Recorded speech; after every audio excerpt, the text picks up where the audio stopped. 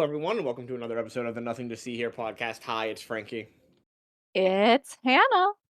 Yeah, I'd really love to talk about what we watched yesterday, Frankie. But I don't want you to shit on something that I hold so dearly. I So, don't think, I don't, no. I think my views should be spread to the world. so I'm not going to talk about it. The only thing I will talk about is that before the concert movie, we went to see the BTS concert movie. Before the concert movie, Can I say one started. good thing about them and then say my bad thing? Can I give you a little trade-off? Oh, we went to see that, and at the very start, Frankie, would you like to explain? It was a nightmare. It was a nightmare, Hannah. It really was. It To had see, nothing to do with BTS's fault. Like, it was not their fault. This was So, entirely the people who live stream the concert. yeah, they had the concert in Korea. Mm-hmm. Okay, and you went to see it In theaters. In theaters. in theaters. So, originally, it was a live stream. Mm-hmm. So you were watching a live stream on a movie screen, Well, essentially. it wasn't the live stream. It was a recording. It was the live stream itself, but it was like just like the VOD. It was Okay. the Of the recording live of it. stream. Yeah. So when they do the live stream, I guess they do like audio and video tests. Makes sense. Mm-hmm. Make sure the people who are getting the live stream can see it. So I'll run you through the testing setup. It starts, you get the countdown, like the 10, 9, 8 countdown. And then it goes into a trailer for the company that is distributing the concert in the US. Mm-hmm. Okay. And it shows a highlight of all their concerts that they do. They had like Taylor Swift and Ghost and GOT7 and 17 and a bunch of other groups. And then it goes into the audio test, which I'm not doing it over the mic because I don't know how it's going to come out and I don't want to edit it. But it's just a high-pitched beep over all sets of speakers. Then they do the left channel, then they do the right channel. And you had to listen to that. We had to listen to that. And then they do a video test where they show a circle on the screen and it says circle inside of the circle. And then they show a square and it shows square inside of the square. And then it goes into... We're still of the age that will remember this. I don't know how many, like, if people are listening, if they'll remember it. But when a TV used to have, like, the rainbow pop up, when it was, like, loading, and it would have the high-pitched squeal behind it. Oh. It had that. And then it would go back to the countdown. Wait, no, you missed one. You missed one, which was... What did I miss? You missed the one that said, you shouldn't have to adjust your projector. Oh yeah, it showed you how like where the ends of the screen were, the dimensions of the screen of the picture, to make sure the projector was good. And then it went back to the countdown. Then it would go to the rainbow then, and then it would go to the countdown. Why did you have to watch the tests and these countdowns? Well, my thought was originally they just recorded everything. Which they did. But it turns out they tested it. I don't know if they actually did from like the live one of it, or that's just a mistake, or this is just a mistake from this new version that we're seeing. Mm-hmm. This went on for 15 minutes in a loop, Hannah. The whole test. The whole test. From countdown to you don't need the projection.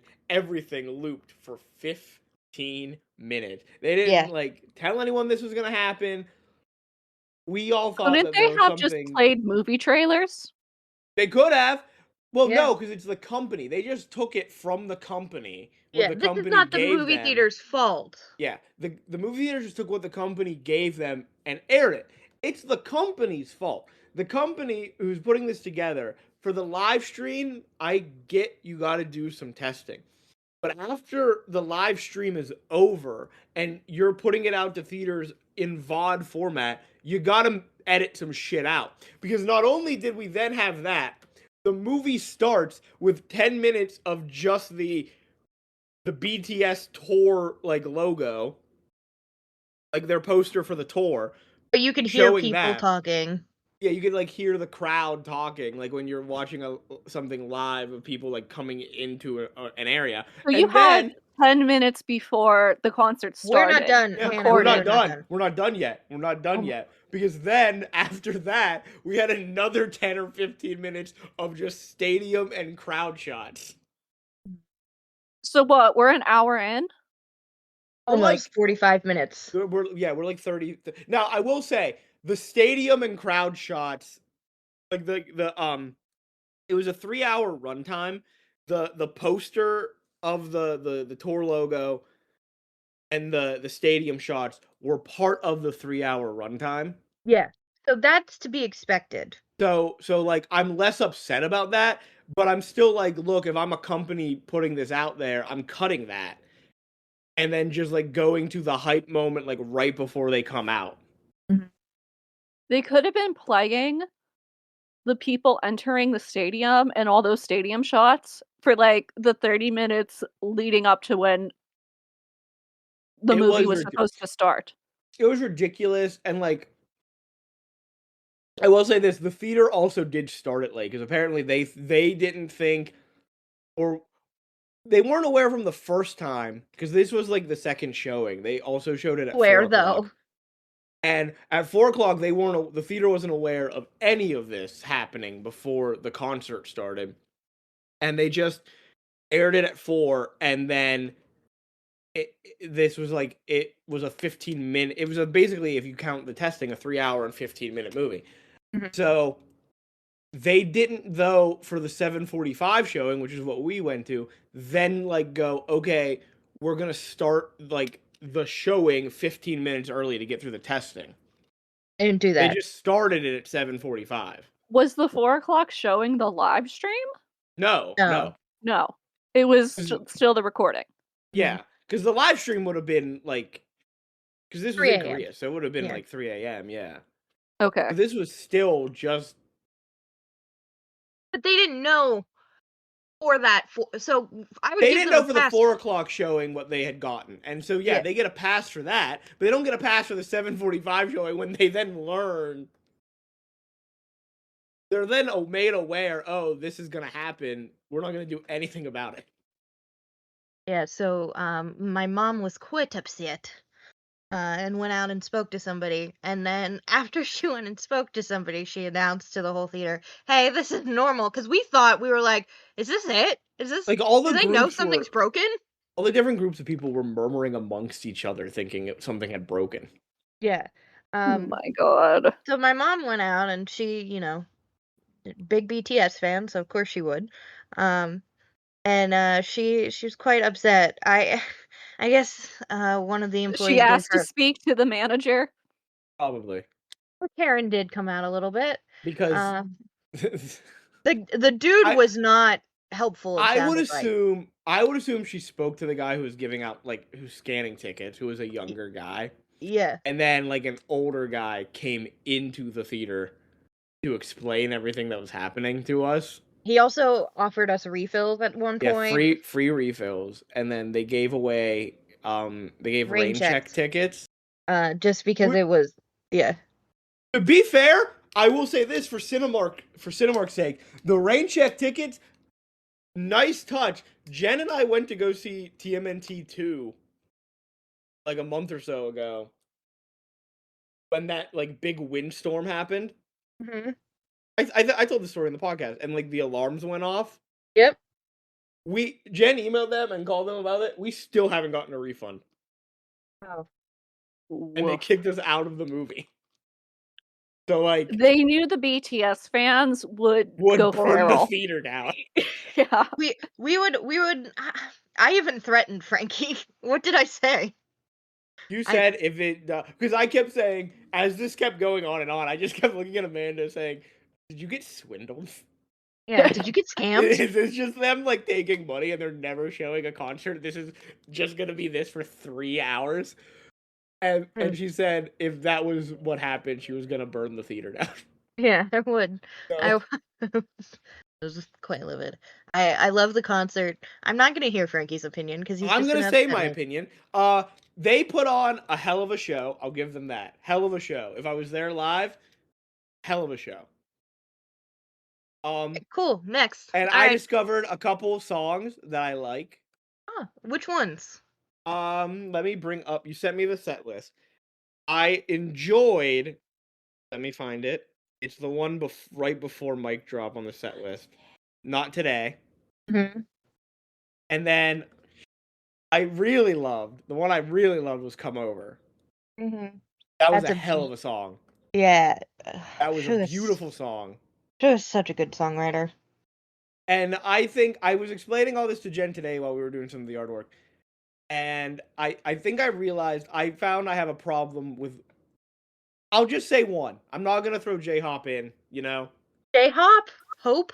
J-Hope, sorry. He's on thin ice, but I'll give it to him. He's fine. RM, don't like RM. This is blasphemy.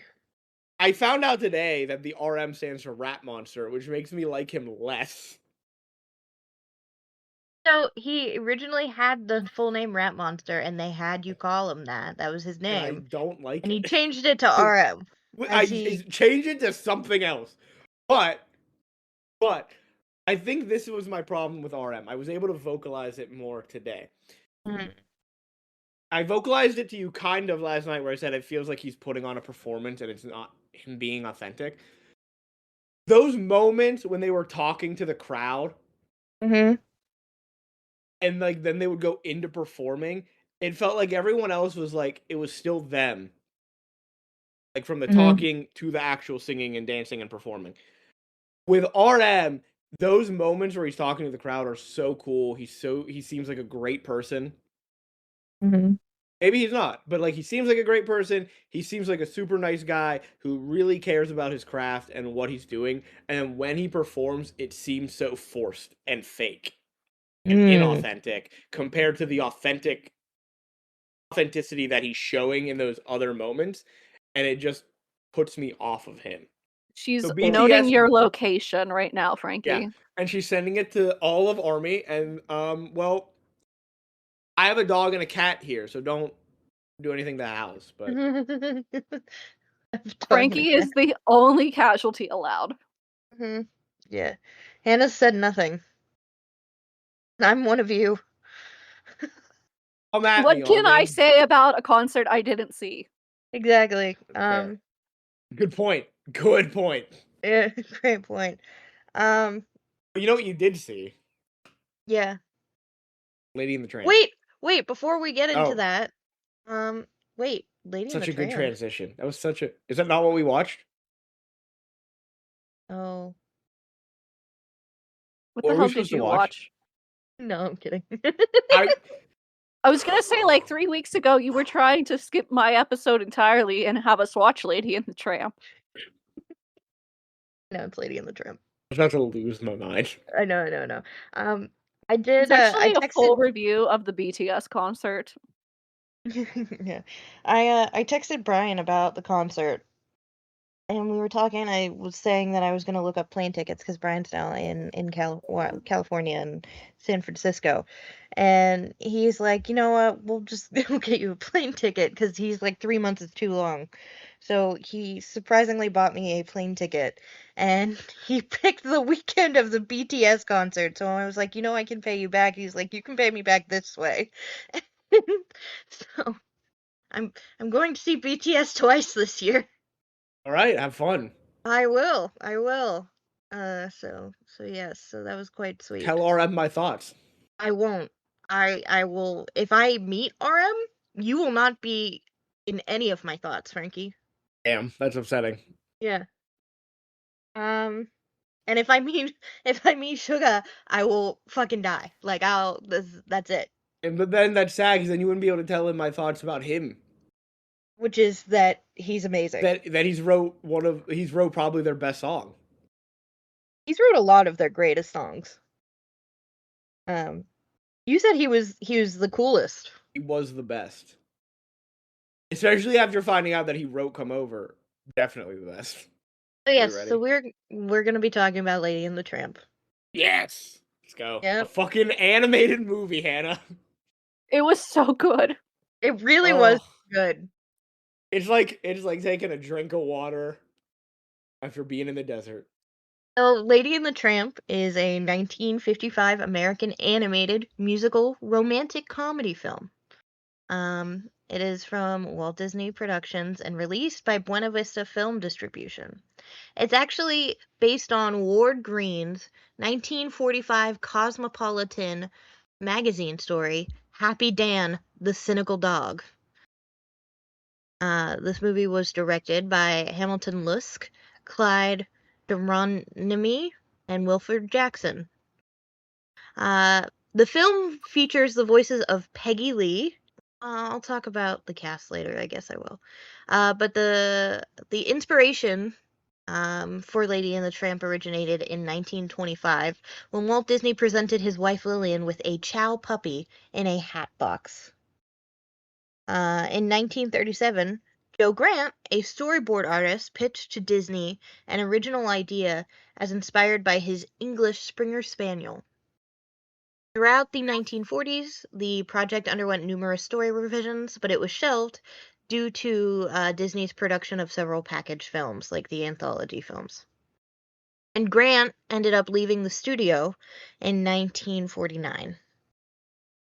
In 1952, Disney placed the project back into active development, and the final story was revised by Erdman Penner and Joe Rinaldi. The film's art direction was supervised by Claude Coates, who took inspiration from gingerbread architecture. Peggy Lee and Sonny Burke wrote the film's original songs, while Oliver Wallace composed the instrumental musical score. During production, Disney decided Lady and the Tramp would be the first animated film to be filmed in CinemaScope widescreen film process. It was also Disney's first animated film to be distributed by Buena Vista Division, following their split from the RKO Radio Pictures. So they've released more live-action movies under Buena Vista, but not RKO. This was the first animated one, not from RKO. Lady and the Tramp was released in theaters on June 22nd, 1955, and it achieved box office success. Initially, it received mixed reviews from critics, and the film's critical reception has grown more favorable over time, and is actually regarded as one of the greatest animated films of all time. The film actually launched a long-running Disney comic strip featuring Scamp. And later on, we'll talk about a direct-to-video sequel titled Lady and the Tramp 2, Scamp's Adventures, that was released in 2001. There was also a live-action CGI hybrid remake that premiered in 2019 as the launch title for Disney Plus streaming services. Don't remind me, Jesus. And in 2023, Lady and the Tramp was selected for preservation in the United States National Film Registry by the Library of Congress as being culturally, historically, or aesthetically significant. Do you know how many Disney films have been preserved by the Library of Congress? I'm sure a shit ton. So let's talk a little bit about the story development because I found this was interesting. According to the film's publicity materials, the origin of Lady and the Tramp was inspired by an incident in 1925. At the time, Walt Disney was actively working at Disney Brothers Studios and was seldom at home with his wife Lillian. And one night, he became heavily preoccupied with one cartoon and had stayed overnight at the studio, while his wife waited patiently for him to come home. He felt really guilty about that, and Disney then decided to purchase a dog companion for Lillian on Christmas. Lillian had disliked dogs, but regardless, Disney asked her if she had wanted what breed of dog, or asked her if she had wanted what breed of dog she would want to get if she had to make a choice. And she answered a chow dog, as she read somewhere they were less odorous. Disney then purchased a chow puppy from a nearby kennel on Christmas Eve and kept the dog in near his brother Roy's house until the next morning. On Christmas Day, Disney gave Lillian this peace offering, as they called it, inside the hat box, and she opened it expecting a hat, but was floored when she saw the puppy with a red ribbon around its neck. Disney named their new puppy Sunny, Sunnee. Years later, his wife recalled that she, quote, "I forgave him. You can't stay mad at Walt for very long." And this inspired the film's opening sequence in which Darling unwraps the hat box. Um, I in will say, 1930, fun yeah, opening sequence, cute story for the inspiration. Don't get mhm, pets as gifts. yeah. Pets are not gifts. They are a lifelong commitment and they deserve love and care and respect. Well, don't put them in a hat box. In 1937, Joe Grant, a storyboard artist, pitched an idea inspired by the antics of his English Springer Spaniel, Lady, and how she got shoved aside by Grant's new baby. The twist is that the story would be told from the dog's perspective. Don't shove aside your dog. Yeah, I love that this guy just admitted it. Yeah. Grant then presented Disney with several sketches of Lady, which, Disney enjoyed. He then commissioned Grant to commence story development on the new animated feature. According to Frank Towson, who had worked on the film's early development, a rough outline had been written in 1940. The outline included two Siamese cats that were named Nip and Tuck as secondary characters. Tashlin stated, Joe Grant had models of the dogs, Lady and Sam, and I did a story. I never saw the film. I think we had rats coming after the baby at the end. Did they have that? Then that's what we that's what we did.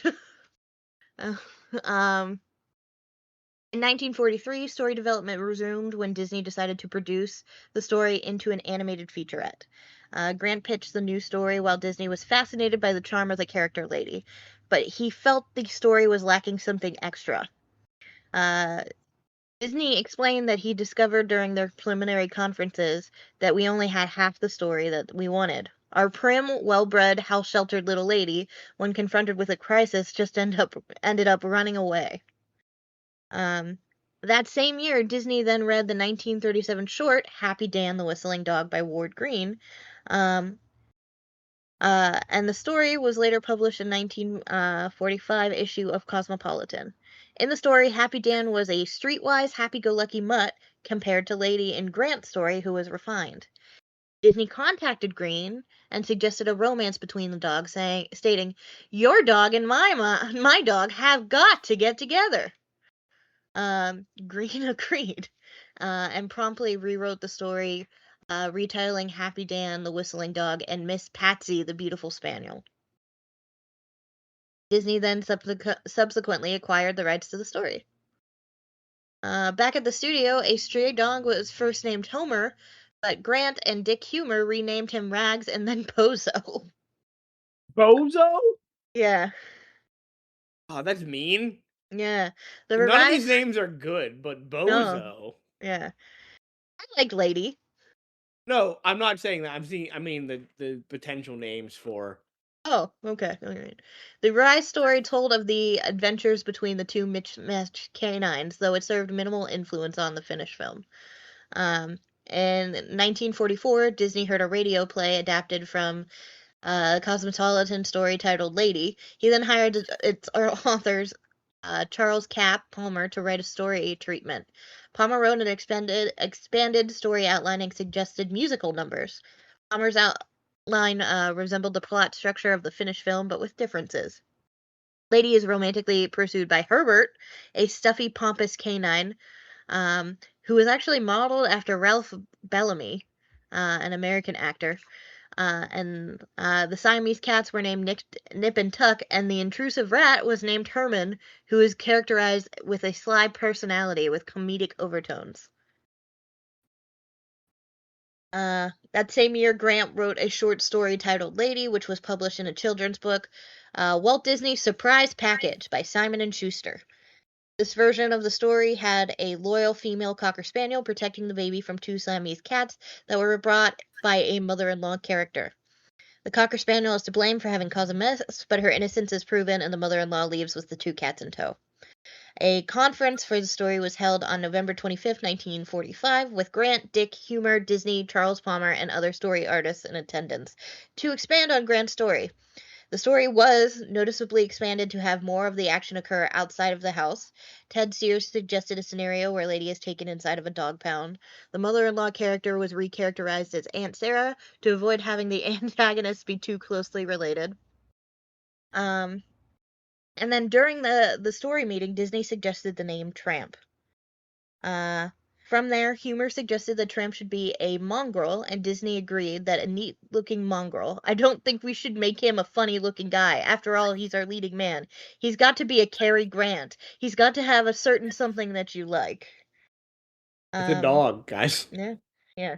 When Green reiterated a romance between the two dogs, Grant and Humor objected to the idea, suggesting it was distasteful and utterly contrary to the nature.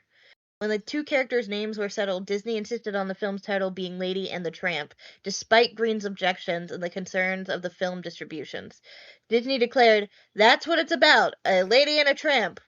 However, further story development was placed on hold when Disney decided to scale back further animation packages for the anthology films.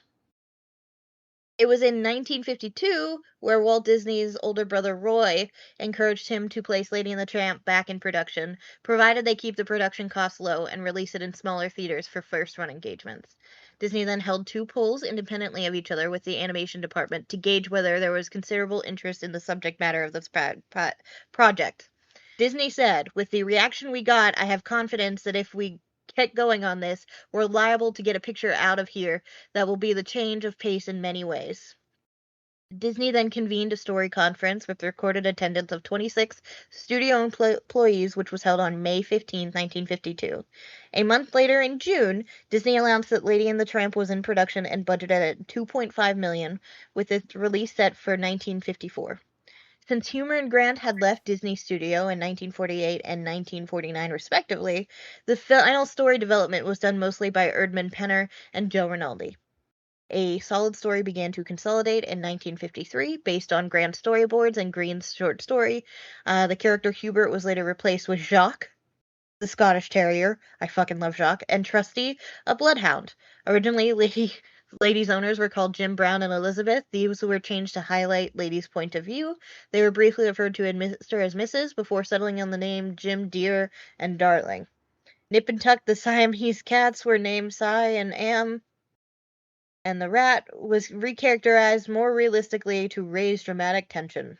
When Peggy Lee was hired to compose the songs for Lady and the Tramp, she was shown the film's narrative through storyboards, and it was originally written to have Trusty killed by the dog catcher's wagon. Lee recalled, Terrible idea. Lee recalled, "I was like a small child. The rat scared me, and when Trusty was killed, I was so upset. I'm very sentimental about animals. It made me cry, and I said, 'Oh, Walt, you can't do this.' And he said, 'You have to have some tension in the story. It would change everything if he's not killed.' I said, 'But if you kill him, the children will cry too much, like with Bambi.' Oh no, I'd never seen Bambi. So he said finally, 'Well, all right, old Trusty can live, but the rat stays.'" His insistence, Green wrote a novelization of the film published in 1953 so that film-going audience would be familiar with the story. Titled Lady and the Tramp, the story of two dogs, the novelization featured a foreword by Disney, and illustrations were storyboard sketches by John Rinaldi. Due to Green's novelization, Grant was not given any screen credit on his work for the film, though. Oof. In 1995, Grant stated, "Lady and the Tramp is a real tragedy as far as I'm concerned, as far as the credit for it. This I never forgave Walt for. He knew damn well where all the stuff came from." He did. You were, Grant, you screwed over. Yeah, fucked. Yeah. In 2006, animation director Eric Goldberg rectified Grant's involvement in making a DVD documentary of the film's Platinum Edition release. Well, way to go, Eric Goldberg. So let's talk about the cast and then get into it. But I thought that was really interesting that a story was mixed together by a bunch of different things.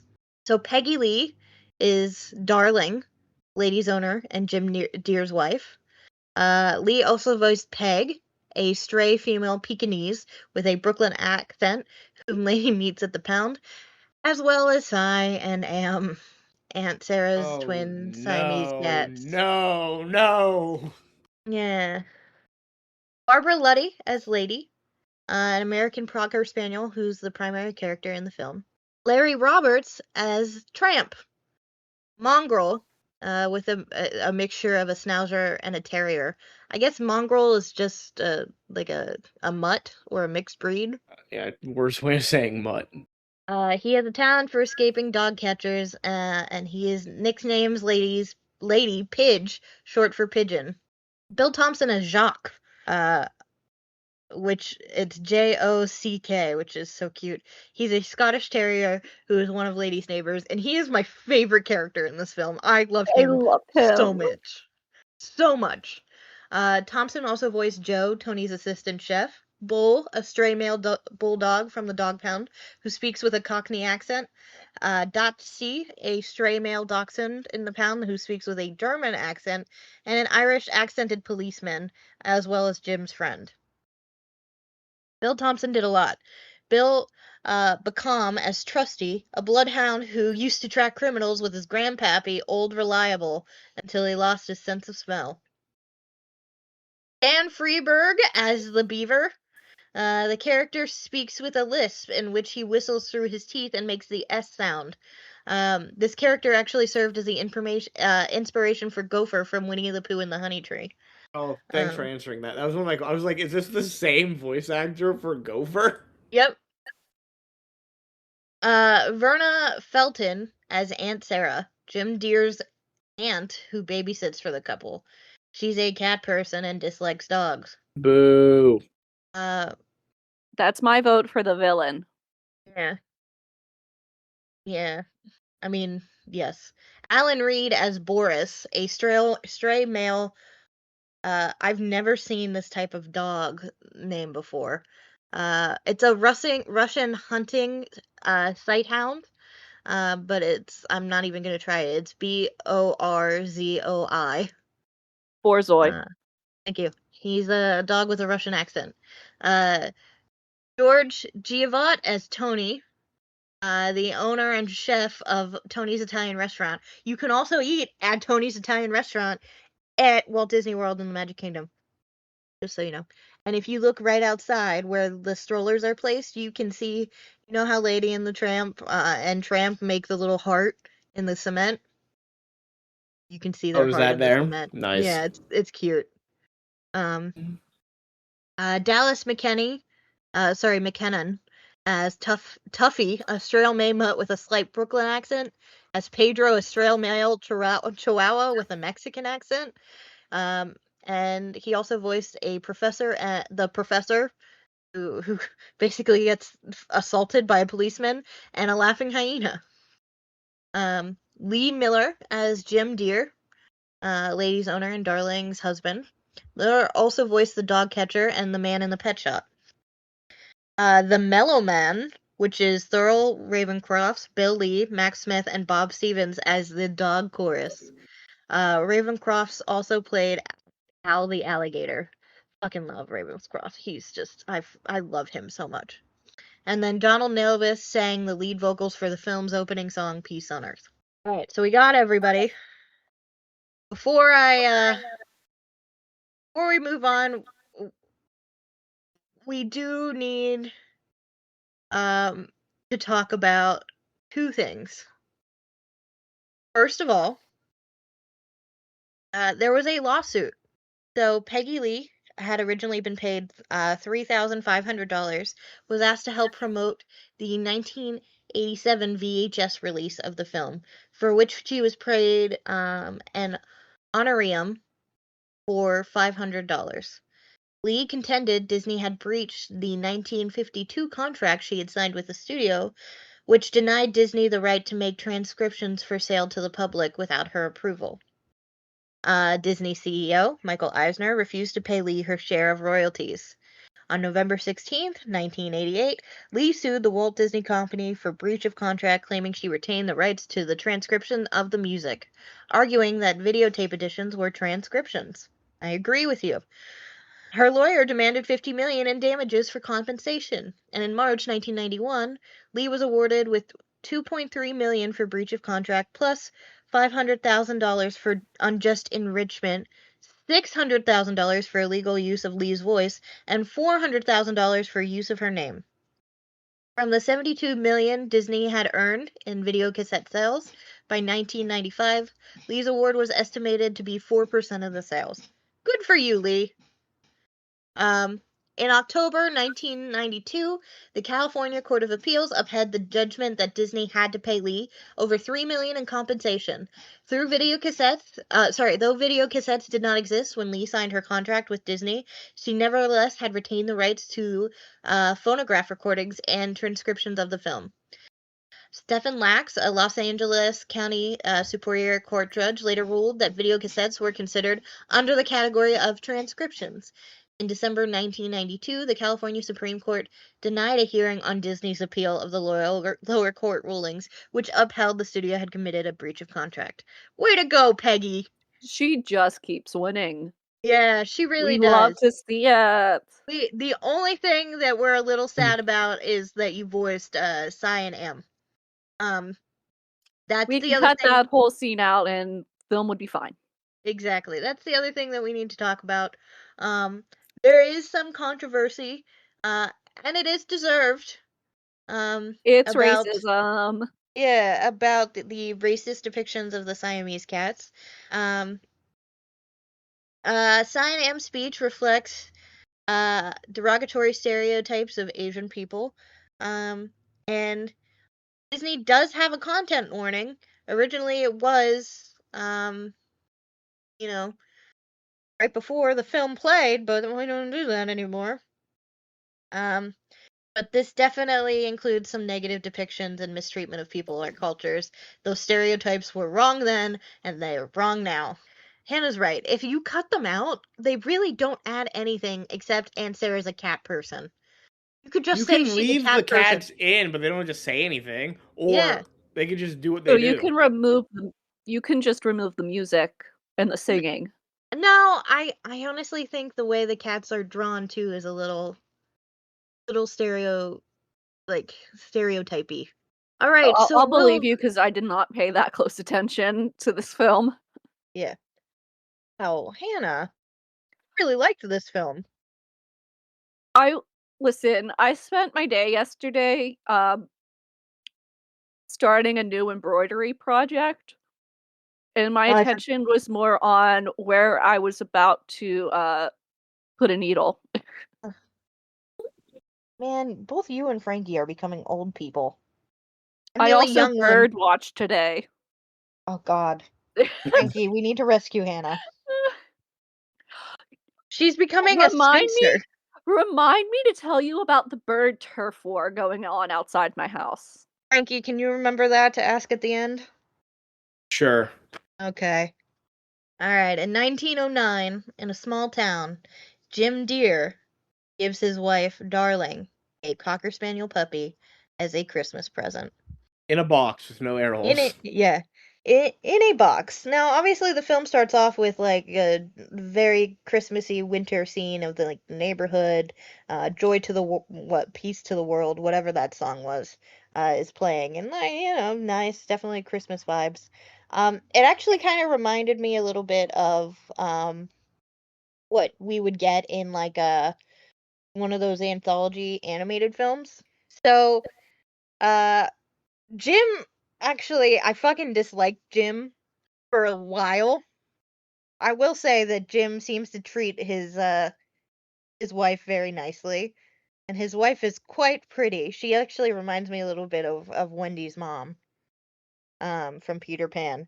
Um, Jim tries to make her sleep downstairs in the kitchen in a basket. And she's the cutest, tiniest little puppy. Can we talk about how cute Lady is as a puppy? So fucking She's so cute. fucking Fucking cute. adorable. It's so adorable. It's amazing. Yeah.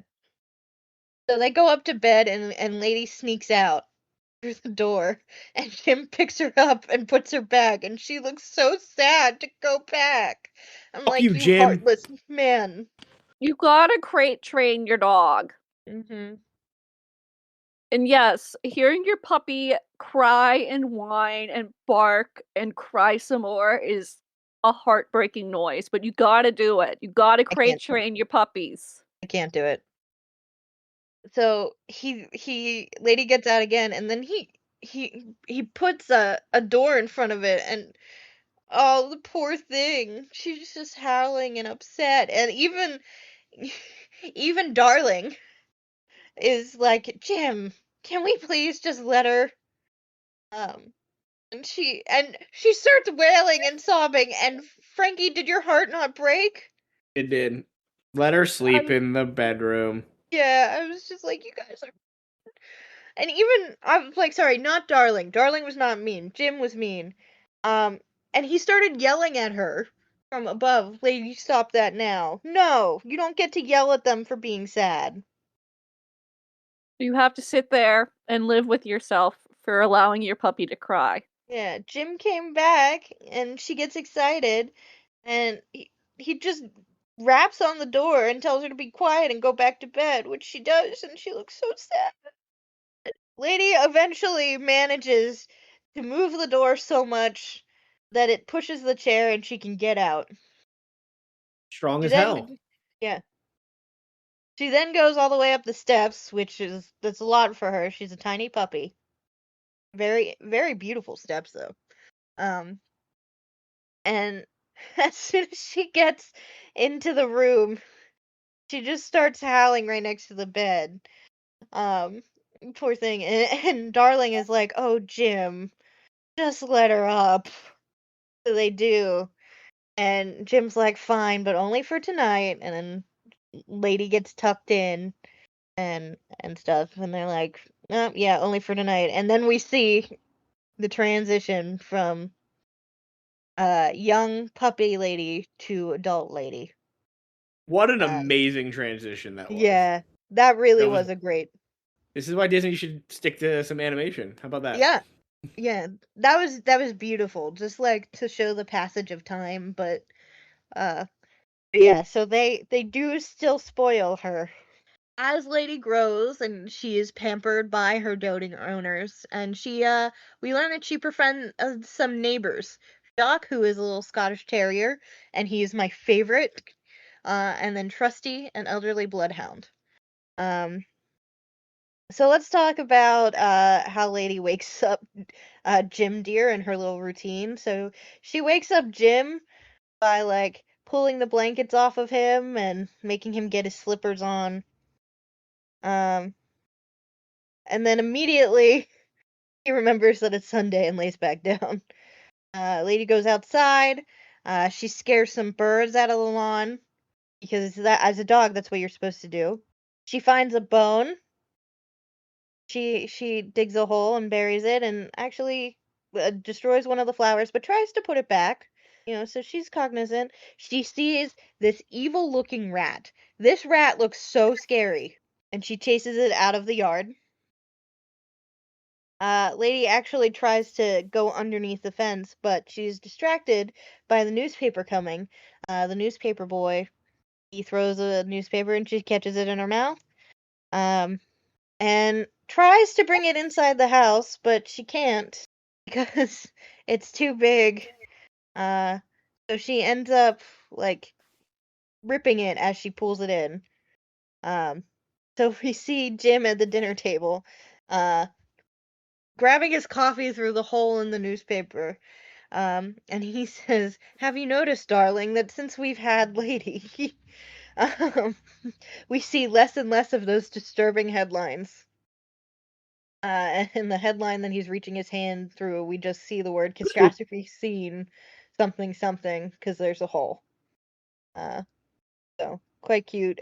Jim, I guess, gives Lady some coffee and a donut, which I don't think coffee is good for dogs. The donut, I've definitely, I don't know if it's good for dogs either, but I've definitely seen dogs eat donuts. I've never seen a dog drink coffee. I've seen a Truffles dog used drink to beer. drink. Truffles used to drink my coffee. Mm. This leads me to reflect on apparently, and Hannah knows this because she figured this out when I figured this out. Um, I had a childhood dog. My grandma had a dog named Icy that I played with when I was a kid. And as we were driving past the Icy Light factory, one day, my mom was like, "Oh yeah, Icy Late, that's your grandfather's favorite beer." I was like, "Oh, no kidding." And she's like, "Yeah, that's why they named Icy Icy." And I was like, "No, no." I was under the assumption that it was spelled I-C-Y. It Not was not. literally I see. Yeah. And I called my dad and my dad didn't answer, so I called my Uncle Joe and he picked up on the second ring and was like, "What's wrong? Is there a problem?" I was like, "No, did grandma and grandpa name Icy after Icy Light?" And he's like, "Oh yeah." My childhood was like I was shook. Ask Hannah. I forgot about this, but no, I can like fully picture your face right now. Like the world anything could have happened. The world could have been like on the verge of ending and you wouldn't have cared because finding out your grandparents' dog was named after a beer was earth-shattering to you. Yeah. Apparently it was because they spilt beer and she like licked it right up and they thought it was funny. And they named her Icy. So I was so I it literally felt like I was lied to my entire life. Like it felt like my entire childhood was based on lies. That's how it felt, Frankie. Have you ever had that feeling? I don't think so. It was fucking devastating. So Lady gets a collar from from Darling, and she goes out to show her friends. And the first look we see of her friends is Jacques. Jacques has a bone, and he's singing a song about burying his bone. And I love this dog. Yeah, so Every he time has. I see an animated Scotty dog, I really want a Scotty dog. I want a Scott. If there was a dog that like, I'm obviously a cat person, but if I had to get a dog, it would be either um like a cocker spaniel, a dachshund, or it would be a Scotty dog. I fucking love Scotties. They're so cute. Every time I've seen a Scotty too, they're the sweetest little thing. They're little dapper gentlemen. Yeah, they're so cute. So, and the fact that he gave him a little Scottish accent, I love him so much. The lady shows off her new collar to Jacques and Trusty. Well, to Jacques, and Jacques' like, "Oh, that's great. We should go show Trusty. You know how he gets." And Trusty's like sleeping on his porch, a little bloodhound, but he's sniffing a little caterpillar. And we find out that Trusty has lost his sense of smell. But they can't. Jacques and Lady can't tell Trusty that because it would break his heart. So he sees that Lady has a new collar, and they're all like, "Oh, yes, you're definitely part of the family now. You're licensed and everything."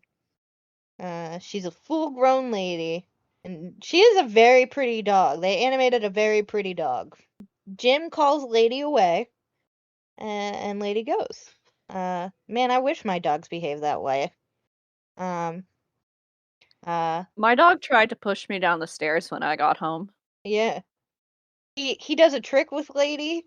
He puts a treat on her nose and she balances it and then he tells her when to eat it and she does. It's great. And he calls her a big girl because she's all licensed now. And we just see that it's a very nice, comfortable life. Jim and Darling are sitting by the fire in their own chairs, and Darling is knitting. And Jim's like, Darling, with Lady here, I'd say life is quite complete. And Darling's like, yes, yes, dear. Then he says, I don't imagine. As a kid, I didn't realize how much small tension there was.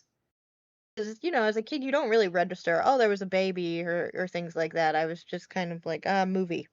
Dogs. The dogs are the focus. I care less about babies.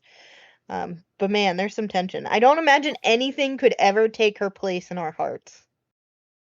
Here's the thing, though. It shouldn't. Your heart should be big enough for both the dog and your baby. Am I wrong? My You're not dogs are wrong. my babies. Yeah, there should no be. We put the dog by the wayside because we then see Tramp, who sleeps in a barrel. Um, he's a stray terrier mix, and he spends his days kind of wandering the street. He gets scraps and handouts, specifically from Tony's restaurant. We see, uh, that's quite cute. And he does cause some trouble for the local dog catcher. He actually helps his friends Peg, the Pekingese, and Bull, the bulldog, get out from the dog catcher. And as he's running away from the dog catcher, he finds himself in Lady's neighborhood. But before we get to that, he's just kind of walking around in the nice neighborhood. Lady's sitting all sad and upset. Jacques comes, and we hear why Lady is so upset. I don't know why my mom laughed. Sorry. She said, Jim, dear, and darling are acting so wrong. I must have done something to upset them. They're not really paying her any mind or any attention. She said, I first noticed the other day when Jim got home,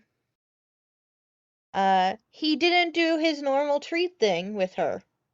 He was just too concerned, just very rushed to get back to darling. And Jim said, I can't just help worrying. After all, in your condition alone here all day, and walking that dog.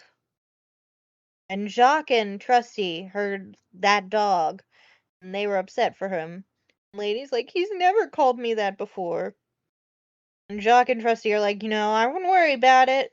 Um, but Darling, is also acting weird. She has to go for a walk by holding the leash in her mouth, and Darling's just humming and knitting and really kind of in her own world. Tried to play with Lady, but she said no, and Lady took her. This also, I was a little upset with Darling. Uh, took her ball of yarn that she was knitting with, and Darling got up and like spanked Lady's bottom. And Lady said it didn't hurt really, but Darling's never struck me before. Don't struck your dog. But Trusty and Jacques look at each other and they're like, don't take it seriously. We know what's going on. It's a baby. There's a baby happening. And they're like, oh, don't worry, this baby's gonna be fine. They mentioned that they walk on all four. They're very expensive. They bellow a lot. You're not allowed to play with it, but they're sweet. They're mighty sweet and very soft. And Tramp overhears this, and he comes in, and he said that they're huge, but big bundles of trouble. They scratch, they pull your ears. Um, it's what they do to your happy home, though. They're home wreckers. uh he kind of butts in on their conversation and shoves Jacques out of there. Uh but he basically says, your owners are going to forget about you. You're going to be left outside. You're just going to be eating leftover baby food, living in a leaky doghouse. And Jacques and Trusty are like, don't listen to him. That's not how it's going to be. And Jacques gets so upset. This is like the cutest little like get away from me type thing. His little barks and jumps and stuff. Get out of here. Shoo, shoo. Very, very cute. Um Tramp's words stick with Lady. When a baby moves in, the dog moves out. And then we see, Jim Deer and Darling preparing for the baby. At one point, Darling makes Jim go out in the middle of the night in a snowstorm to get her watermelon. You know what? Good for you, Jim. You know what your wife needs. So the baby does end up arriving, and it is a baby boy. And Lady does meet baby, and it's actually quite cute. They meet and bond, and her fears kind of get dispelled. They She is shouldn't have. wiggling. They shouldn't have gotten dispelled. That baby is terrifying. You think? That baby, the way they drew the baby compared to everything else in the movie, that baby is horrifying to look I at. don't remember it much. Just in the bassinet, or like even at the Yeah, end when just it's in the crawling? bassinet, it looked like they drew it so it's like hyper realistic and it's Mhm. weird.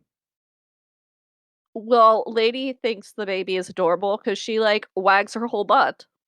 Yeah, it's so cute. It is really sweet, and like they bond, and everything's back to normal, and she's not being treated any differently than she was. They just have two bundles to love. So, um, later on, Jim Deer and Darling are gonna take a trip. It's the first time they were leaving the baby, along with Lady. And, Jim, I think, tasks Lady with watching the house and, taking care. Um, but they have to leave, before he wakes up. Um, and, they leave the baby in the care of Jim's aunt, Aunt Sarah, who brings along her 2 Siamese cats, um, that like to cause trouble. I will say there was a really cute moment. I forgot. I did write it down here. Um, Lady gets so mad at them for a minute. She runs after them and like stands in front of the stairs, and she sits there, and they're like, "What's the matter, Lady?" And Darling's like, she thinks we're running out on him.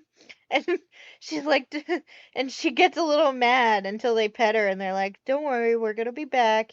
You need to watch the door, and Sarah's gonna be here to watch." So I the think lady, Darling can, like, hear Lady's thoughts. yeah, that Because was at so the cute. end, Darling pieces things together real quick. Oh yeah, yeah, yeah. Um, so these cats, Cy and Am, sing the song "We Are Siamese," if you please. And the really thing that sucks is this isn't like it's not a good song, but it's one of those songs that's an earworm that even if I don't want to remember it, I have to. It's stuck in my head. Does that make sense? I'm singing it right now in my Yeah. head. It I get sucks. that. It sucks so much. It's an earworm, but it's not a good earworm. And you know what? The scene is one that sticks in everyone's mind when, Hmm. like, they think of Lady and the Tramp. It's that, and then the Spaghetti. spaghetti scene. Yeah. Yeah, yeah. So Aunt Sarah's quite mean to Lady and blames her for all the trouble her cats cause and put Lady outside. She dislikes dogs and she prohibits Lady from seeing the baby. Later on, when the cats are singing the song, they're destroying all different parts of the house and they blame it on Lady and pretend that they were injured by her. Sarah, which by the way, Lady saves a fish. She saves a fish because the fish was on the floor and gonna be killed or die. And she saves that fish. Way to go, Lady. I will say, as a cat owner, there are things that is very true. Like, they do cause a little bit of mischief, but this is just, they made these guys a little evil. Gotta control your pets. Gotta Yeah, control your pets to yeah. some extent. Especially in somebody else's house. Yeah. So, Aunt Sarah doesn't understand discipline. no, no. So, Aunt Sarah takes Lady to the pet store and tries to put a muzzle on Lady. And they do put a muzzle on her, but You she, cannot buy a muzzle for someone else's dog. nope. No. Lady panics and flees into the street, where she is pursued by savage dogs until Tramp intervenes to protect her.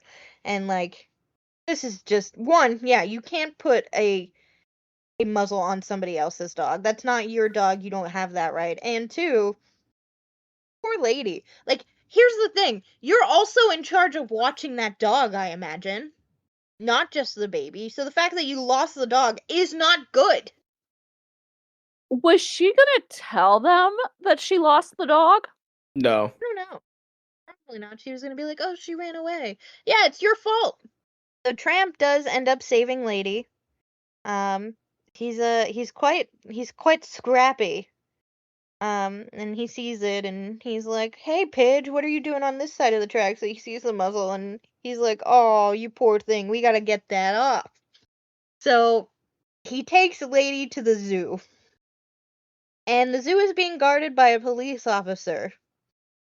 Tramp decides to trick the police officer. He sees the professor leaving the zoo, and Tramp goes and walks right next to him.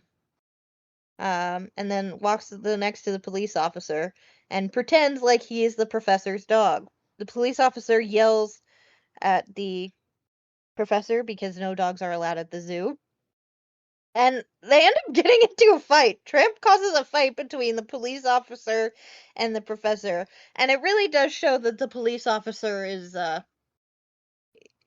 his He he's dead. wanted a reason to start a fight. Yeah, yeah.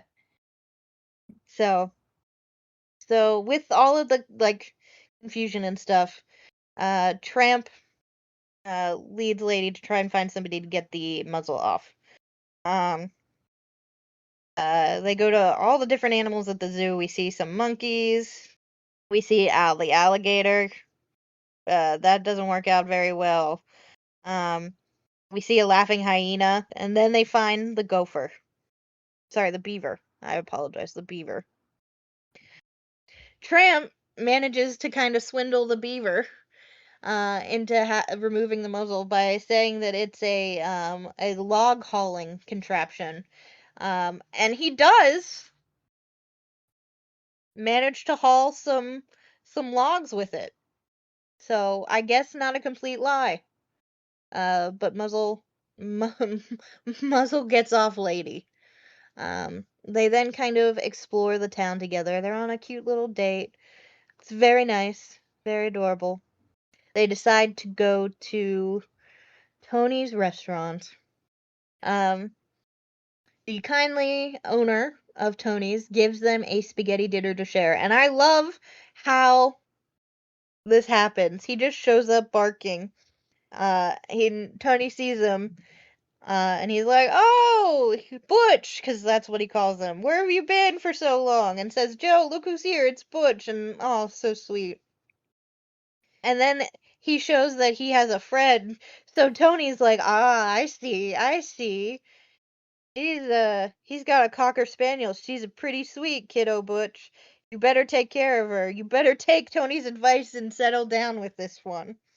Why is Um, this man so involved in this dog's love life? like you wouldn't be involved in the Oh love no, life. I am exactly this man. I'm like, yes, puppy, you can have a romantic spaghetti candlelit dinner outside Mhm. my restaurant. Mhm. I do love that he is like giving him bones like usual, and then realizes that Lady is there. And is like, no, absolutely not. The bones aren't good enough. He literally And says yells to at his Joe, chef. Yeah, yells yeah, at Joe. he's like, "Joe, I'll break your face." Like, he gets the best in house tonight. He's like, "We can't fuck this up." Uh, they give him the menu. He gives them the menu. And Tramp orders by barking. Uh, he gives 2 spaghetti specials, and that spaghetti looks phenomenal. Now that the spaghetti's there, they have some at dinner music. Um, and this is probably going to be the most iconic song from this film. Well, we're Uh, not putting the racist song up there. yeah, well, it wasn't gonna be that. It is Bella Notte. Um, Man, just a beautiful classic scene. Of course, we get the classic um spaghetti. They're slurping on the same noodle and they end up leading into a kiss. And Tramp scoots the meatball her way so that she can eat it. It's just it's so cute. I love this film. I forgot how much I love this film. So as they're walking home, Tramp is really trying to convince Lady to kind of, live on the streets with him. But she decides that she can't. It's her duty to protect the baby. She has to protect the baby. That is her calling. So Tramp takes her back home. However, he stops to go chase some chickens, and by chase chickens, that means make a farmer's life fucking chaotic as hell. Which he does, and the farmer gets upset and brings a shotgun out and everything. And while this happens, the jog catcher starts to pursue them, but Lady is caught. And Tramp escapes, but Lady unfortunately does not, and she's taken to the pound. At the pound, she meets Peg, Bull, and some other strays, all of which know Tramp. They also reveal that he's had many a girlfriend in the past, so Lady feels a little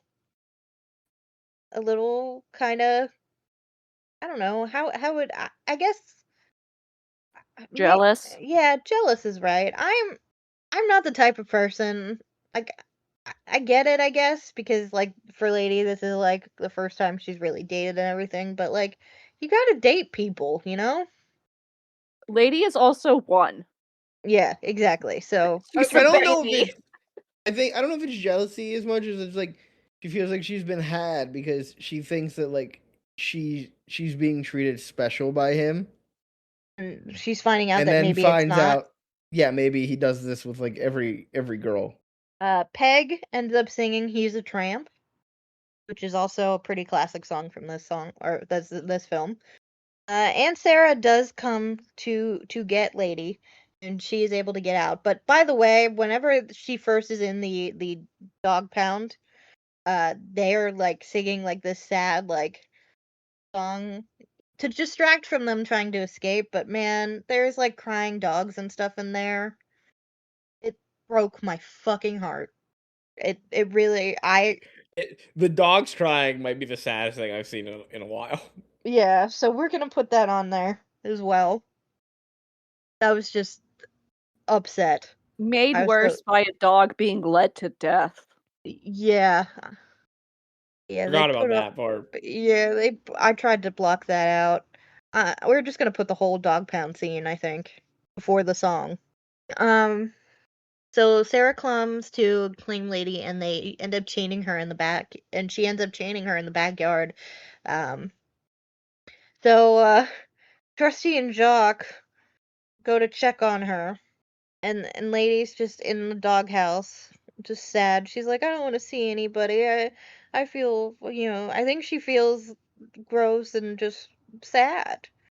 I mean, she's being abused. Jacques and Trusty actually propose. They say that she should marry one of them and come live with them to escape the abuse, but she refuses them because she still feels like it's her duty to watch over the family. Um, Tramp arrives to apologize, and Lady kind of berates him for all of his like girlfriends. Who's Lulu and Fifi and Rosita Chiquita, whatever her name is. Uh, like she's upset. And Lady kind of turns him down and says, "I never want to see you again." Um, and she's just sad and upset, and Tramp's also sad. And as he's walking away, Lady sees the rat and she tries to chase it, but the rat goes into the house. Um, and because she's chained, she can't get in. Tramp hears her barking and goes to check on her. And he's like, "What's wrong?" Tramp goes um, into the backyard and it's like, "Lady, what's wrong?" She's like, "There's a rat. He went into the window," you know, all of that. Um, Tramp goes in to do what Lady can't do because she's chained up. Tramp finds the rat near the baby and starts fighting the rat. So he enters the house. Lady does end up breaking her chain, and follows Tramp soon after. Tramp is wounded in the battle with the rat, but does kill it behind a curtain. However, during the struggle, the baby's crib overturns and he begins to cry. Sarah comes to investigate and assumes the dog attacked the baby. So she calls um, the dog catcher. At this point, Jim, Deer, and Darling return home. And they return home and see the dog catcher in front of the house, and they're like, "What the fuck is going on?" By the way, before they return home, Lady is locked in like the cellar. Jim is certain. He's just like, I'm sure something like that. Um, I'm sure that something's wrong. There's got to be a mistake. Even Trusty and Jacques think that Tramp did something wrong. So as he opens the door, Lady barks and goes all the way upstairs to try and show us something. And she goes, and Aunt Sarah's like, "Oh yes, there she is, making a racket again." And Jim's like, "She's trying to show us something. Shut up," basically. And Lady goes, and Jim looks behind the curtain and finds the rat, and has Aunt Sarah come here. And of course, Aunt Sarah is just like, whatever. So Trusty and Jacques overhear this and they're like, we should have known. We should have known he wasn't a bad guy. So Jacques and Trusty try to pursue the dog catcher, um, to try and stop it. And Trusty proves that he didn't lose his sense of smell. He's able to find it. Takes him a minute, but he does find it. Unfortunately, as they're trying to bark and you know, get the dog catcher to stop, the horses get spooked and the cart crashes.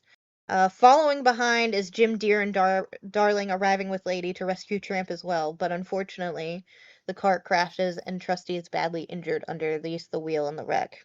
And it seems like he is dead. It really does. Obviously, we know from what I talked about before, he is not. I But haven't watched this movie in a while. I thought he had died. yeah, I was upset. I thought Um, I was like, I can't believe Hannah didn't send us an angry text about this dog dying.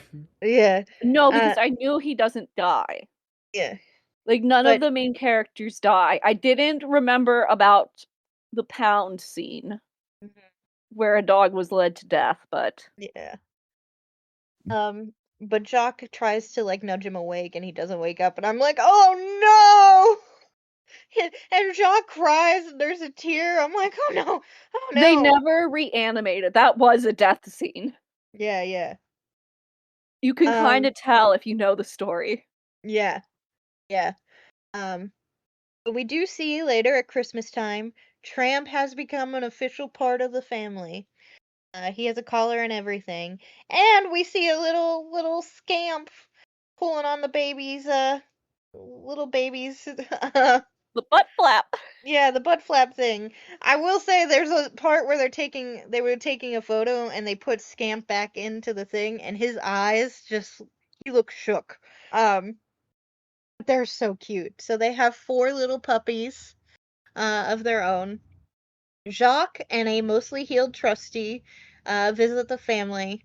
And the puppies are now who Trusty tries to tell about his old days with his grandpappy. Um, I will say, as Jacques walking to the house, he slips on ice, and it's really cute. And I love his little plaid sweater that he has on. It's so Um, cute. oh, it's so cute. I love that the dogs are having a Christmas. I Like that's love so that cute. Jim and Darling are like, "Oh, the dog's friends are here. Let them in and give them a biscuit." Yeah, I love yeah. that Jim treats them like Yes. any other person. It's like, oh, let them into the parlor. Come on, dude. They can't be just waiting out here. Yeah. Like what are you thinking of? And and Jacques like, "Oh, there's such sweet babies," but Scamp is biting Jacques' sweater. He uh destroys it. yeah. He pulls Yeah. the hem out. And Trusty now tries to tell his old stories but finds that he has forgotten them. He was I love that Lady just keeps picking up Scamp and just like putting him different And places. Like puts putting him in him the in bin, deeper puts him and over deeper here. boxes. Yeah. It's just Trusty goes, as my grandpappy Old Reliable used to say. I don't recollect if I've ever mentioned Old Reliable before, and the puppies answer, "No, you haven't, Uncle Trusty." And he looks so happy that he gets to tell his story, and then he forgets it. And it's just a very sweet way to end the film. So we zoom out of the house, we hear the "Peace, my children of goodwill" song, and the movie ends.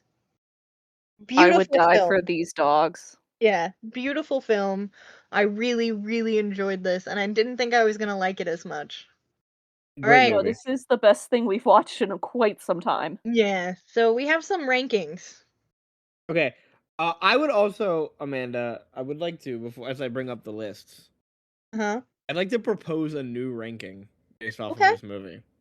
Okay. The best Disney couple. I agree. And obviously number one is Lady and the Tramp, Uh-huh. as of now, but we'll get to that. We'll get to that. So, okay. Well, we'll have to list the other couples though as well. We will. We will. We will. So for movie, I don't know, is the updated list in the Discord server? It should be 26 movies. It No. has It is not. 25. All right, let me get that to you then. Let me get the updated list in here. Is this better than Peter Pan? Do you guys think? Yes. Oh, I didn't. I had it below I also had it below. Peter Pan. Then I am outvoted. 1. Yeah, I'm gonna put it at number 4, above, below I Peter would Pan, but above Snow before White. we end this, I just want to say, or before we move on to the ranking thing, I would Mhm. love to say that after this movie ended on Disney Plus, it recommended that I watch the shitty Sequel. No, I quite like the sequel Like for what it Stamps. is. Like, I it's I not like Stamps great, but Adventure. no, the shitty live action one. Uh-huh. Oh, And the live action one is an extra half hour. Is it really? It is. It's an hour and a half. What are they adding? I don't know. we'll This I find haven't out movie in is watched 50 like it. years. perfect pacing. Mhm. I haven't watched it, Frankie. I don't know. We'll find out though, because we are gonna watch it at some point when we're 80. All right, so yeah, number 4, Lady and the Tramp. Mhm. The Are we protagonist. ranking Lady and the Tramp together I as one think Lady's protagonist? more. I think Lady's more of the protagonist. Yeah, I do too. So I would Okay. say we rank Lady as the protagonist, and I'm gonna put her because she has lessons that she learns. I'm gonna put her at number 2. I'm gonna push Peter Pan down. Wow. A Hmm. shocking revelation from Amanda here. That's fair, I think. I think it's extremely fair. I just wasn't prepared for it. I wasn't prepared for it. Okay. For Okay. villain, It's got to be Aunt Sarah. yeah, obviously. I mean, her cats are only that way because she doesn't discipline. I Man, feel like she's tied with the bitch elephants. no, I still hate the bitch elephants more for whatever reason. I hate her way more than the bitch elephants. All right, fine. I will concede. She'll go below the coachman. Or yeah.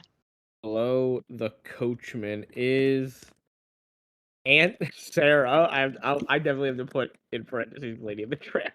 Yeah, yeah. Um, fucking those bitch elephants though. I still hate them so much. Heartbreaking moments. The The dog pound. pound scene. Yeah, the dog pound scene. So I I didn't cry like I cried with Bambi's mom and Baby Mine. Um, would you say this is above or below Cinderella's dress destruction? I would say it's above. I was also going to say above. Yeah. All right, I agree with But that. I agree with that placement. Yeah.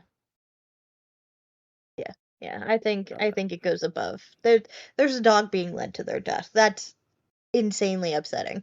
As other dogs are crying. And crying, yeah. This Um brings us to sidekicks. Sidekicks are Jacques and Trusty, I think. Absolutely. Absolutely. Um I'm going to put them below Jacques and Gus Gus, I think. Ooh, above Thumper and Flower. Do you I disagree? agree. I agree. Yeah, I I agree think with that. I thought you were going to say put them in at number 4. no, no, no. They I think actually they're do stuff. Unlike yeah. Thumper and Flower. Thumper and Flower are great sidekicks, but like Jock and Trusty save the day.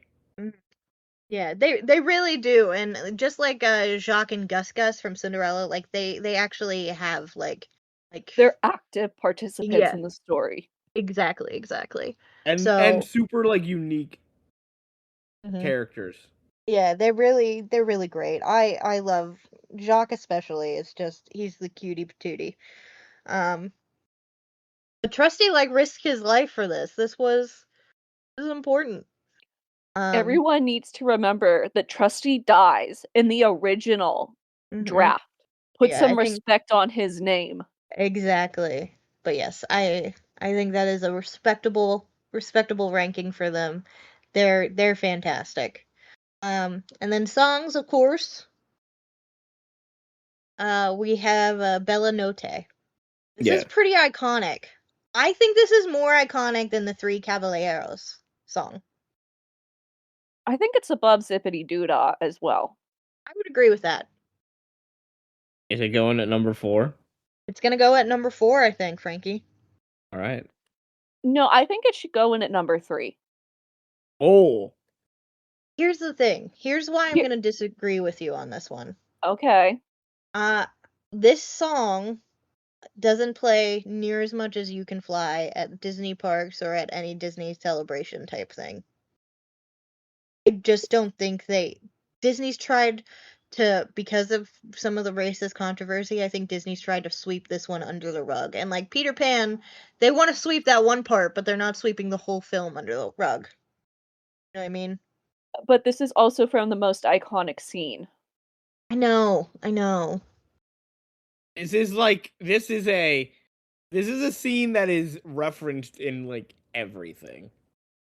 All right, I'll give it to you. I don't think it's higher than Bippity Boppity Boo though. No, No. Bippity Boppity Boo. Nothing is going to top 1 and 2 for quite some time. Okay, Bella Notte at number 3. All right, new ranking then, Amanda. Yes. Disney couples. Yeah, Lady and Tramp number 1. So let me go through all of my movies. Here, I Well, got I the think- movie list. To be fair, I think there's only like 3 couples. There is not that Total. many. It's Yeah, Lady and Tramp, it's Cinderella and Prince Charming, and it's Snow White and I don't know the name of the prince, the one that they made up at the fucking in the 90s. Ferdinand or whatever. Yeah. Yes. Okay, so there's Prince Ferdinand and Snow White. They go at the very bottom because of their age difference. And to be honest, I think that's the ranking in that it's Lady Tramp, Cinderella and Charming, and Snow White and Ferdinand. Well, you're forgetting Faline and Bambi. I was Oh. about to ask, what is the title of God. this ranking? Is it Disney couples? That's what I thought, yeah. Disney couples. So then, yeah, we have to include I Bambi forgot and his baby mama. Are we doing animated couples? Why? What's the live action couple are you thinking of? I mean, there are a bunch of live action couples. There's the people from The Sword and the Rose. There's Rob Roy. Rob Roy, yeah. Oh, they suck. Technically speaking, Davy Crockett had a wife. No, Yeah. okay, that doesn't count because Davy Crockett hates his wife and his family. Mm-hmm. You have the Benchleys from the Reluctant Mhm. Dragon yet again. Yeah. They're not on there. So want to keep it animated. animated? I think we gotta be able to name them. At least at this point. I don't think we have to keep it animated because eventually I think I don't know. I agree with maybe including the Sword and the Rose people because like that is part of the story, but like it doesn't. Rob Roy and the woman. So romance only if romance is integrated really intensely in part of the story. Yeah. All right, I'll give you that. If that's the case, then the Sword and the Rose couple, which I can't remember their names for whatever reason, are going to be above Snow White and Prince Ferdinand. So Mary Tudor and Charles Brandon. Yeah. Mary Tudor and Charles.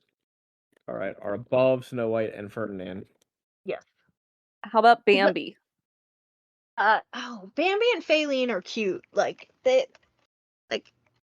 think they were childhood friends. Yeah, I think Bambi and Faline go above Cinderella and Prince Charming. Above Cinderella and Charming. Okay. Can you spell Faline for me? Faline. Faline. All right. Mm-hmm. Nope, not feline. So autocorrect wanted. Okay, I have one more couple. Yeah. Robin Hood and Maid Marian. Oh, yes. Oh, yes. That is big. That is big. I think they gotta go above Cinderella and because we're definitely gonna put the foxes on there. Mm-hmm. So therefore, we kind of have to put the live action version. Yeah, I would put them above Cinderella as well. It's not that I don't think Cinderella is a great romantic film. I just think that as couples, Cinderella and Prince Charming really didn't interact except for that. No. And he couldn't recognize her based on her face. He didn't recognize her face. He only knew her foot fits in this shoe. Yeah, exactly. So not even great. though they danced the entire night. Mm-hmm. And there were no masks. Exactly. So yes. Right. That came to me during the Bellinote scene. Yeah. Yeah. No, great And idea, Frankie. there's gonna be some more couples that we talk about. So Definitely, for sure. all right, I think that's it. That wraps it up. Yes. Next time we do, I do a Disney ranking. It is going to be the African Lion. Oh no. Oh Oh no. no. It's okay. It's okay. This is the one that Oh I my told you god. guys we're gonna We have talk a true about. crime adventure. We're gonna talk about a true crime adventure. We're still gonna talk about the film, but I'm really gonna keep it short. We're gonna talk more about the true Because it's crime not a adventure. good film. Yeah, Oh my so. god. I forgot we had more of these fucking things. Yep. We haven't even We had gotten to the lemming suicide yet. I So. know. we had such a Yep. high of Disney quality tonight. Yes, yeah, Yeah. and then we're So going right back down to the basement. so we got a while, guys. So we have the African Lion, the Littlest Outlaw, the Great Locomotive Chase. We then go back to Davy Crockett and the River Pirates. Secrets of Life, Westward Ho the Wagons, Johnny Tremaine, Perry, Old Yeller, The Light in the Oh, Forest, White Wilderness, Tonka, and then Sleeping Beauty finally. Honka I'm tell 100% sounds like we're getting some racism. I don't know, probably. I'm telling That you feels right like now, it's a I'm bit of not a gonna watch minute. Old Yeller. Hannah, you gotta watch Old Yeller. I'm Yeah. not. No. Hannah. Turn it off right No. before Old Yeller No. dies. No. I'm not doing it. I'm gonna You sit here and can't watch Old Yeller. refuse to watch a film. Number one most heartbreaking moment, Hannah. Yeah, you can't Old refuse this. Yeller. Otherwise, I'm not gonna No. put it at all.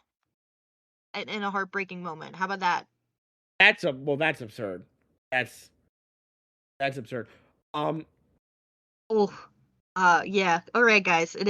It's quite not good, Tonka. Yeah. So next week is my episode. We are going to do a WCW again. We're doing November.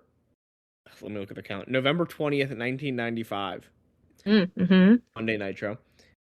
Because the WCW episodes are shorter. They're only 1 hour things, and a lot of the time it's wrestling that we don't care about. We just want the stories. I propose, and we've been going for a bit tonight. You will regale us with your bird turf war. Yes. Then. Oh, okay. And I also have a story involving a Birds? kitten and some toilet paper. Quite cute. Yes. We will tell our funny animal tales next week, along with the November 30th or 20th, 1995 Monday Nitro. All right. Well then, does anyone else have anything they'd like to say? I don't have No. much. All right. Well then, let's wrap this up. As of recording, we're on YouTube and Spotify. If you're listening to us on YouTube, remember to like, comment, and subscribe. Hit that bell for notification so you know when each episode has been uploaded. If you're listening to us on Spotify, remember to leave a rating and a review and follow the show. No matter where you're listening, remember to share this with friends, family, anyone who you think might enjoy what we're doing over here at Nothing to Speak. If you'd like to send us an email where you can ask us questions, you can give us episode topic ideas, or you can just give us some general commentary about your thoughts and feelings, send us an email over to Nothing to see here podcast at gmail.com. As always, here is spelled HEAR.